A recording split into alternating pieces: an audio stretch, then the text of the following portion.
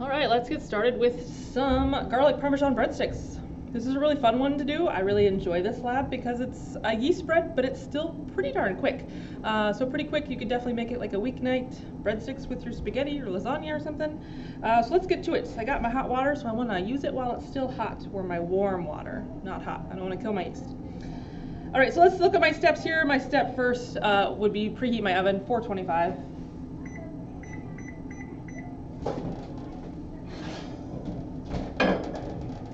Definitely want to preheat it oven before I get started, before I want my oven. And then it says in the bowl of a stand mixer, add warm water. So this one is going to be in a stand mixer. You could definitely do it with just a bowl and like a wooden spoon. If you don't have a stand mixer, don't worry about it.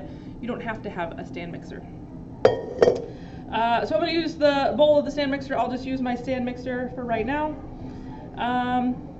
So I want to add my warm water. What's my warm water? I have 3/4 of a cup.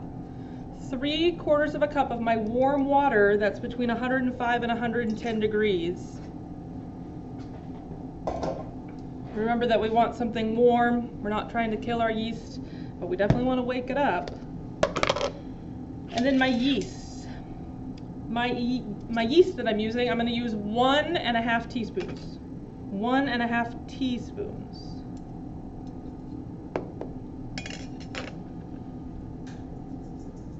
And I kind of like to just sprinkle it on top so it doesn't just clump up there on in the water. I'll go ahead and add my sugar. So my food for my yeast. And that's just 1/2 teaspoon. Not much at all.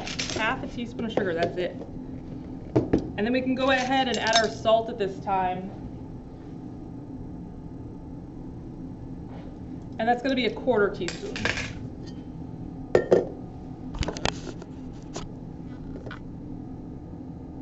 So I just have my water, yeast, sugar, salt. Like I said, I tried to just sprinkle everything on top.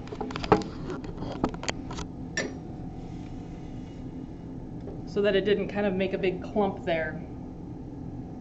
So step 2, in the bowl of a stand mixer, add warm water, yeast, sugar, and salt. Stir to combine using the dough hook of the stand mixer. So I have all my attachments here. I want to use my dough hook. Or a bowl with a wooden spoon works just fine. So not going to take too much just to kind of get that moved around. That dough hook really is meant to be moving dough around.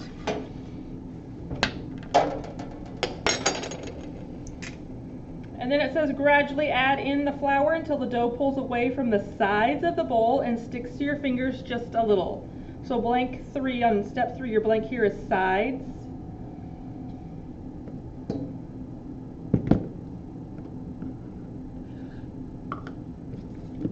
And the amount of flour is 2 cups. 2 cups of flour. And it says gradually add in your flour, so we might do a cup. Let that get mixed in, and then add our other cup.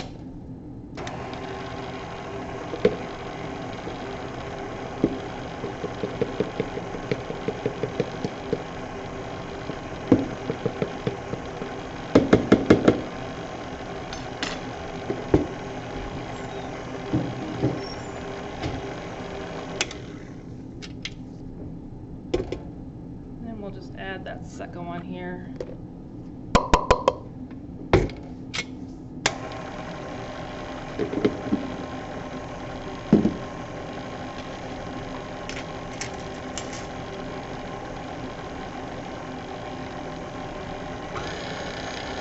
Turn up the heat or turn up the speed a little bit, but you know, just be careful not to go too fast too soon.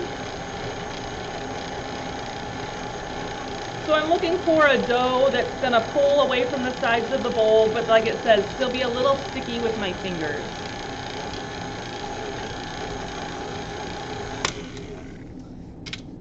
I'm going to go ahead and take this off the hook and then just kind of see if it'll grab some of this extra flour that's up on the sides of my bowl. to encourage more of a dough ball here.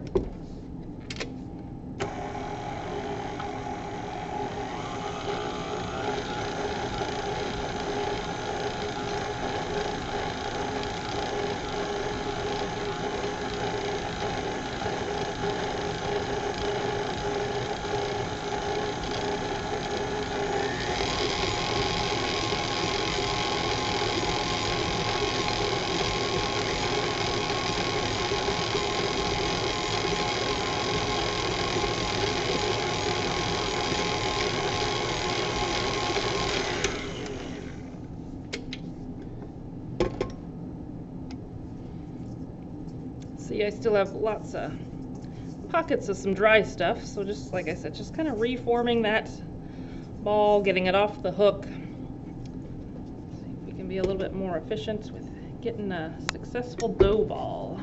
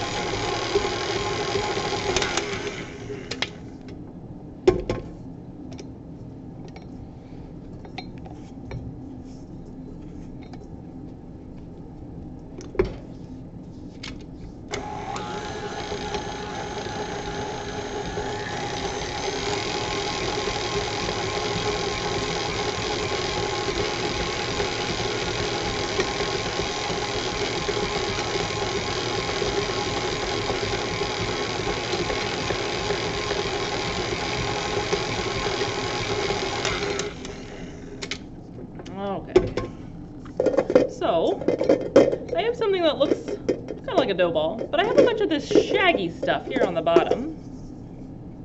I'm not super happy about it. So what I'm going to do is I'm going to go ahead and add a little bit of water. And it's better to just start in adding a little bit of water. I'm going to say 2 teaspoons. Just 2 little teaspoons. Get that mixed in and then see what happens. Like I said, just a little bit of water, and then you can always gradually get a little bit more in if you need it.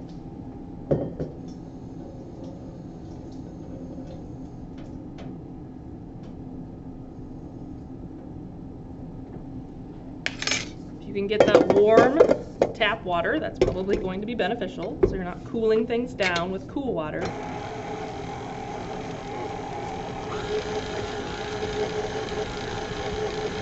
There, that seems to be getting a little bit better.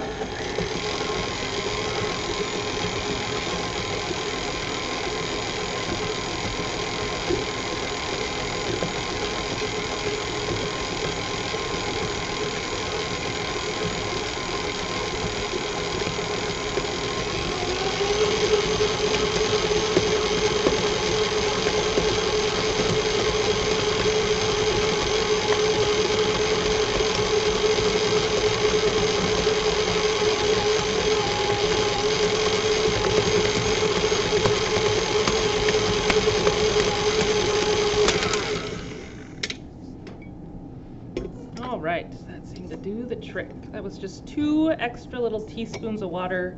For some reason it wasn't coming together. So this is a little sticky to my fingers, but then you can see it clearly came apart from the sides of the bowl. So as the recipe stated, it's exactly what I was looking for. So then now it says in step 4, I'm going to cover bowl and let rise for 12 minutes or until doubled in size. Doubled is your blank on step 4. So I have my proof box getting warm now, so I'm going to go ahead and get this plastic wrapped, get it in my proof box, and then when we come back we'll start with our garlic cheese mix. So we can make our garlic cheese mix that we're going to put on at the end while this rises. Alright, so my garlic cheese mix, it's just a melted butter mix with some dry spices, dry herbs in it. Some Parmesan. I'll use a pastry brush when they come out of the oven to brush those on, so I have this ready to go. So 3 tablespoons melted butter. 3 tablespoons of butter here, so I'm going to melt it gently in the microwave. So just remember when you're melting in the microwave that you're using that gentle heat. Try to turn your power down. My microwave, this one here as well, like my one at home, if I push the power several times, you'll see it starts at 10 and then the number just goes down. So that's just your power level. So it always starts at the highest power 10 and then it goes down. I usually do like half power or so. And a few seconds. See what's going on in a few seconds? It's just a lot easier to do a few seconds at a time versus everything at once and having it explode inside your microwave. Now you have a mess to clean up, and now all your butter is inside the microwave versus inside your bowl. So I'll get it melted in the microwave, but just take it nice and slow. Okay, so with the melted butter here, like I said, nice and slow, gentle heat. So then I need 1 tablespoon my granulated Parmesan cheese, or grated Parmesan cheese. You might have this in the canister in your refrigerator at home with the nice green lid. I need copious amounts for school reasons, so you can get this at the bulk section at Winco. They keep it dry stored in the bulk section. So if you just need a little bit, you could certainly go to the bulk section at Winco. I keep mine in the freezer because I'll buy like a bigger bag, use it semester after semester, and then keep it in my freezer. So if you do have a copious amount, you could keep it in your freezer. Salt for half a teaspoon.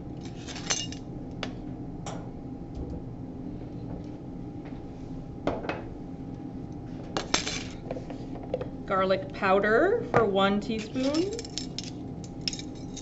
There's a lot of little dry herbs that we have here today, so again, you can just buy what you need at Winco if you don't have these on hand, or you don't want to buy a whole jar of it, don't want a copious amount of them. So then my oregano, basil, and parsley are all going to be half a teaspoon. You could also, if you happen to have maybe like an Italian blend, a dry herb Italian blend in your cupboard, you could certainly substitute that and then just do 1.5 teaspoons, because that would just equal the total quantity of these guys. That would work.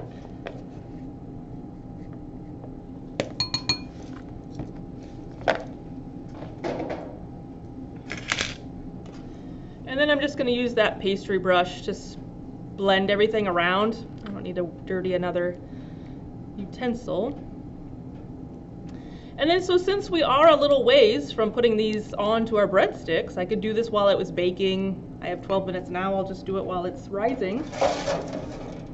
I can hang on to this. But I want to be sure that if I do this too early, and depending on what kind of temperature your kitchen is, like in our classroom is really, really cold. So what happens is that people will do this early, and then by the time it comes for them to spread this on their finished product, the butter has chilled and gotten solidified. You can always put it back in the microwave for a little bit till it melts again. But what I like to do is I'll just store this on my stove, because my stove is now going to be warm. So this specific stove, I have heat that comes out of the vents back here. So I'll just store this back here, and then this will get warm or stay warm from the vents of my stove. But just be aware that when you go to pick it up when you're done, your bowl now is probably going to be a little hot. So just be careful when you're done and it's been sitting here for maybe half an hour. Be careful, it might be hot towards the back. So just a few things to keep in mind. If it solidifies, not a big deal, put it in the microwave, or just knowingly put it somewhere warm. If you have an electric stove, sometimes just down on the stove part keeps it nice and warm as well. All right, so 12 minutes has passed. Got my dough ball out of the proofer here. So then now step 5, it says remove dough from bowl and place on a lightly floured work surface and roll into a rectangle about 1 inch thick and cut into 8 strips with a bench scraper.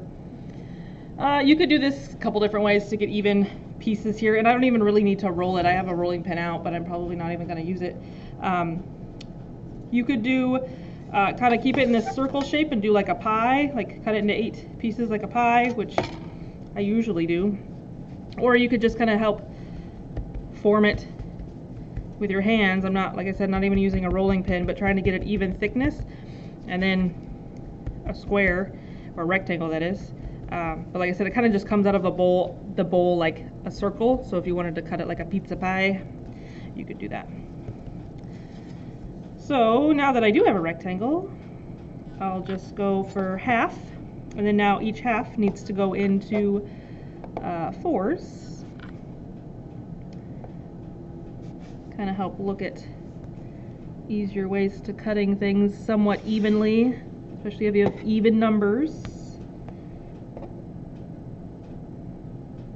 And then this bench scraper is really nice because I can just cut onto my countertop here, but I'm not harming the bench scraper, I'm not harming my counter, I'm not using a knife and dulling it on my or on my counter. That wouldn't be good.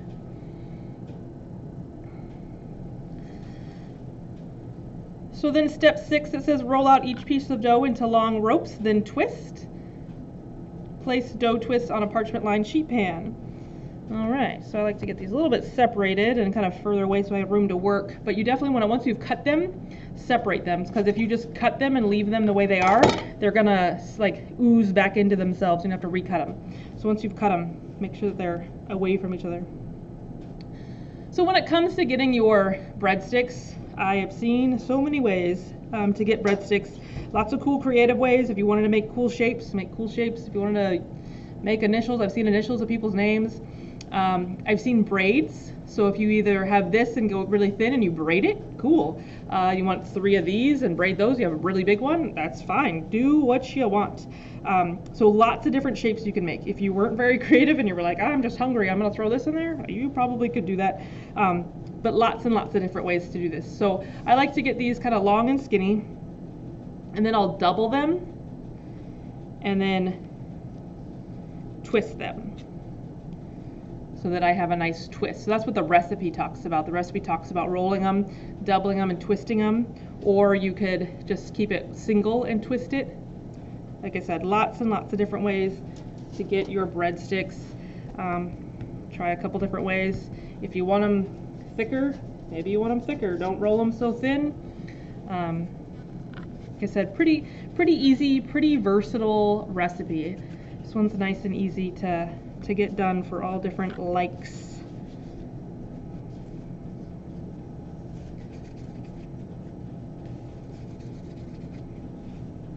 And this one I'm just kind of grabbing from the top, just kind of letting gravity get it into a long rope here.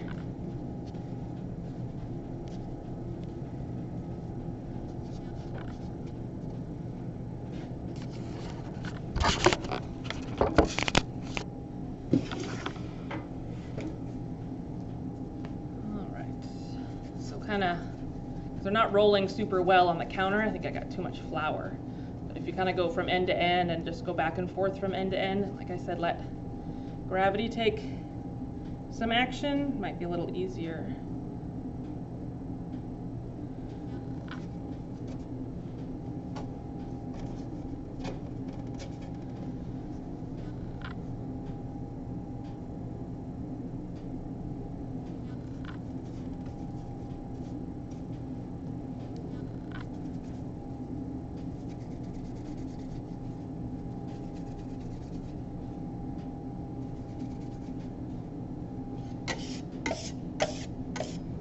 So another thing that you could do, a little tip here, is if you have some string cheese. If you had some string cheese or even just shredded mozzarella cheese, you could kind of hide some string cheese in your breadstick and you can kind of have like a cheesy breadstick. So you might be able to get a couple, this one isn't working very well for me, you might be able to get a couple breadsticks out of one mozzarella stick. But like I said, even grated cheese would work. I've done that before. It's where you kind of make maybe a wider bed here and twist some shredded mozzarella in there. So just kind of hide it in there. I kind of pushed it between 2 edges and then still twist it, and then it just kind of twists and get covered with that dough.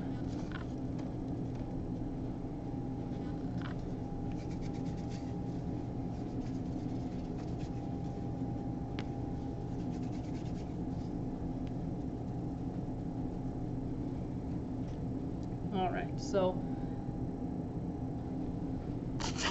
kind of just placing my cheese in between, so I just doubled my dough. My dough is on the outside, and then I put the cheese there in the middle, and then now I'm just kind of grabbing, pinching them, making sure they're all getting twisted up in there.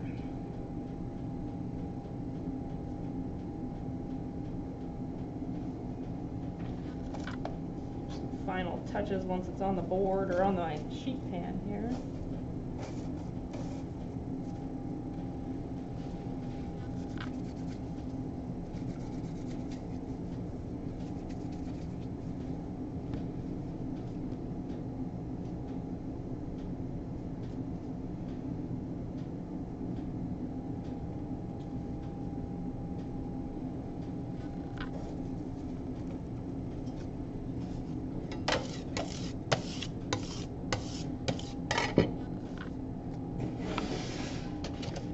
Okie doke, this one needs a little help here.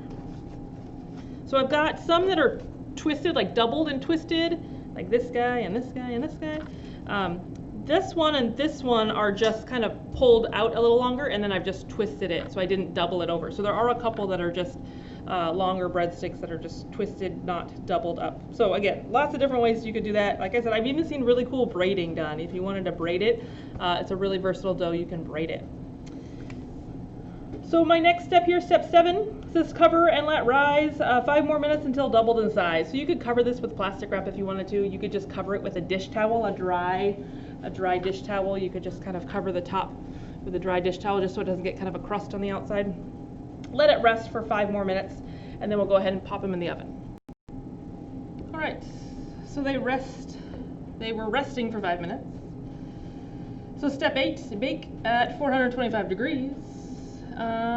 For 10 to 12 minutes or until golden brown, and we're going to rotate the pan halfway through baking. We should be used to that by now. I'm going to rotate halfway through baking. So I'll do 5 minutes, rotate 5 more minutes, and then take a look at them. Are they golden brown? Do they look done? And then once I remove them, I'll take my garlic cheese mix, herb mix, and then brush the tops of them there. Okie doke. So we've let it bake.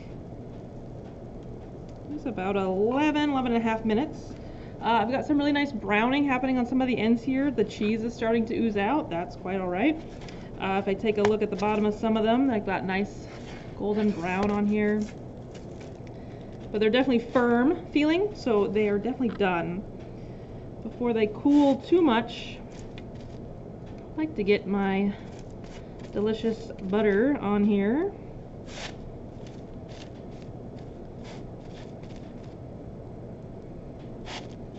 And with your pastry brush, the best you can kind of use it as a spoon a little bit, kind of picking up a lot of that goodness there, not just trying to pick up the butter, but really just trying to pick up some of that herb, garlic, parmesan, all that good stuff. So you're not leaving it down in the bowl. The bowl should be empty when you're done. All that herbs and all that is coming off onto your breadstick. The more twists you have, so I like these ones that are twisted, they're doubled up and then twisted, because they have these little nooks and crannies that hold all the herbs and cheese here. So versus just a straight stick, yeah, it'll lay on top, but when you twist it or braid it, it really holds this butter and herb and Parmesan deliciousness in there. And I think it's kind of nice, and they're really pretty, but like I said, it just kind of has these little nooks and crannies that hold this deliciousness on here versus just having a straight stick. Or even the stick that was just twisted on itself. This one kind of got flat versus the ones that were twisted within itself. And it smells delicious. Once you get that butter on those hot breadsticks and kind of hits the sheet pan, it's very aromatic. I can smell the herbs. Smell the garlic. It looks great. The cheese is coming out of there. It's look awesome. So there you have it. Garlic Parmesan breadsticks.